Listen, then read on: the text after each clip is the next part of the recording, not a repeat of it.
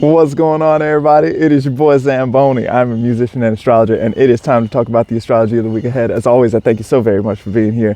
Thank you for hanging out with me across time here, and for engaging with what even am time and cycle logic and all of this sort of stuff. It's delightful to see you here.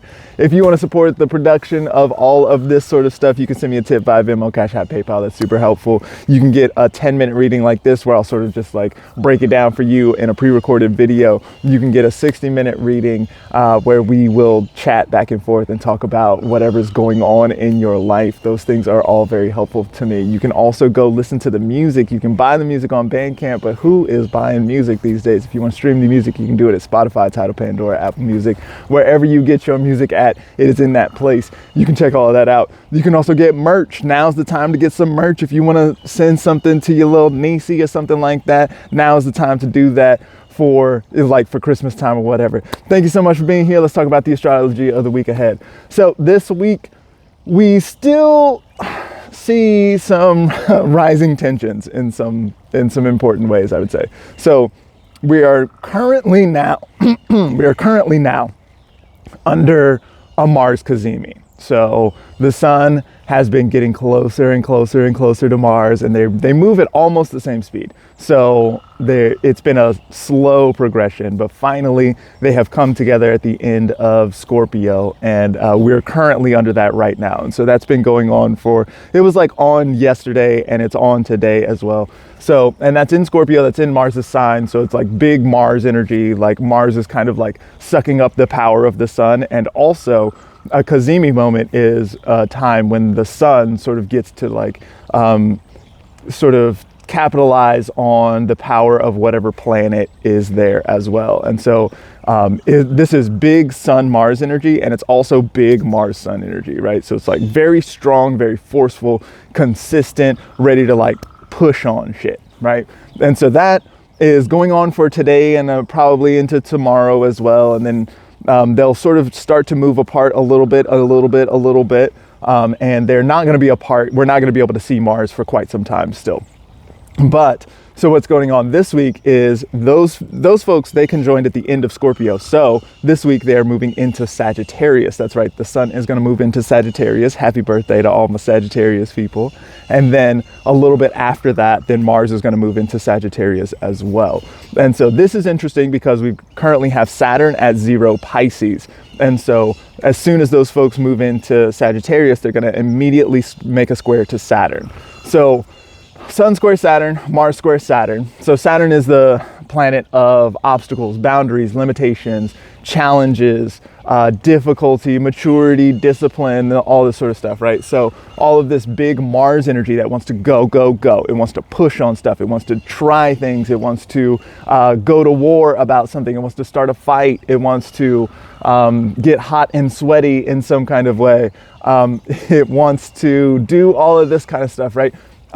Then it's going to run into that Saturn. So there's like a wall here. So there's some kind of stopping force that maybe wants to get in the way of doing the Mars thing.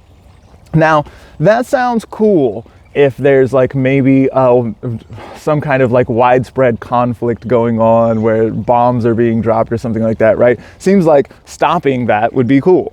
But the Saturnian exertion of force feels a little more like it's the cops and robbers vibe. I've talked about this before about how like Mars is like robbers and Saturn is like cops.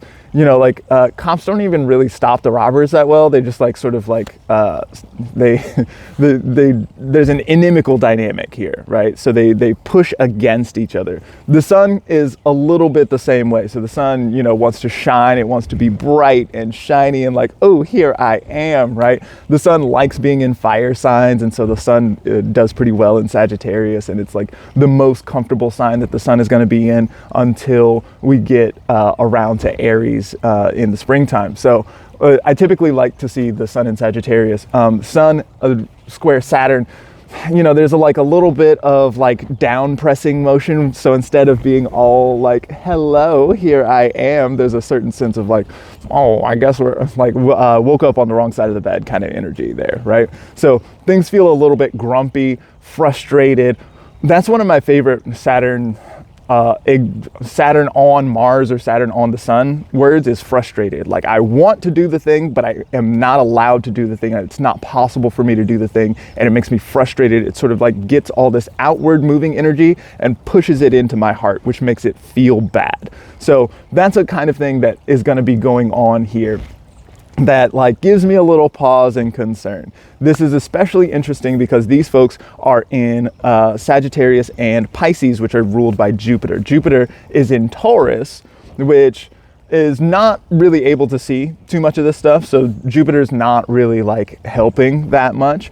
And then also Jupiter in Taurus is ruled by Venus. Venus is getting closer and closer to the South Node in Libra. So although Venus in Libra is in domicile and is very good at doing the Venus things, very good at peacemaking and equilibrium and equanimity and harmony and justice and togetherness, cooperation, this sort of thing, Venus in Libra is very good at making those kinds of things happen. The South Node is the tail of the dragon. It drains, it evacuates, it does less of things, right? And so Venus in Libra is getting close enough to that South Node where some of that Venus energy is going to get drained out by that South Node. So at the same time that there are rising tensions, there's maybe an inability to come together or create cohesion in some kind of way that could be helpful or good for the team building sort of dynamics. So that looks a little like kind of sus there. At the same time as that, then Mercury, who is also in Sagittarius, who is in late Sagittarius by this point, is just charging right into a square with Neptune in Pisces. So Neptune is the planet of confusion or boundarylessness, right? Like there's a kind of infinite everything, it's all the one stuff, it's all kind of soupy. I like to think about dreams, like the way that you can sort of, have you ever been in a dream before and like tried to hide something from another character in the dream, and as soon as they saw you, they knew immediately, even though you didn't tell them, because there's like no barrier between your mind and their mind in that space. That's the way that Neptune likes to operate, right? So this is difficult for Mercury, who's already in a bit of a rough condition. Mercury doesn't particularly like being in Sagittarius and is in this whole sign square to Saturn and is not able to see his ruler Jupiter, and so there's like a little bit of like tough stuff going on there. And Mercury's job is to make all the big all the big information stuff and take that and break it down into intelligible pieces, right? That's what Mercury likes to do. That's why Mercury's so good with the data analytics and with writing and math and reading and comprehension and understanding. That's Mercury's job, right? And so Mercury heading into a square with Neptune, who doesn't do boundaries, who's not trying to, like, this is very confusing, confounding. So at the same time that tensions are ratcheting up and peacemaking, cooperative coalition building is getting drained out, there's also some weird stuff going on with the information. The information doesn't make all the right sense. We can think about Mercury Neptune as maybe being associated with deception in some kind of way, or smoke and mirrors and this kind of thing, right? So there's bad information going on as well as big frustration. So this is something that we really sort of need to be aware of at this time in this week. I would think that, so Venus is still our planet who is like in the best condition and who has the most capacity to help, especially ruling that Jupiter, who is then ruling Mars and Saturn, right? So Venus in Libra, in an air sign in Libra, is probably going to maybe, especially, with the South Node. So the South Node can sometimes be like spiritualizing or something like that, right? It wants to get away from the physical dynamic. What I would recommend at a time like this, when there's all this confusion, is a breath exercise. Take your time, breathe deeply. There's one of those that I made to go along with music. Venus is real good with the music as well. You can check that out in all of the music places or on YouTube. There's a video guide to go with it. You don't have to necessarily do that. You can just take a moment and breathe deeply. And I feel like you will get good medicine from that. Thank you so much for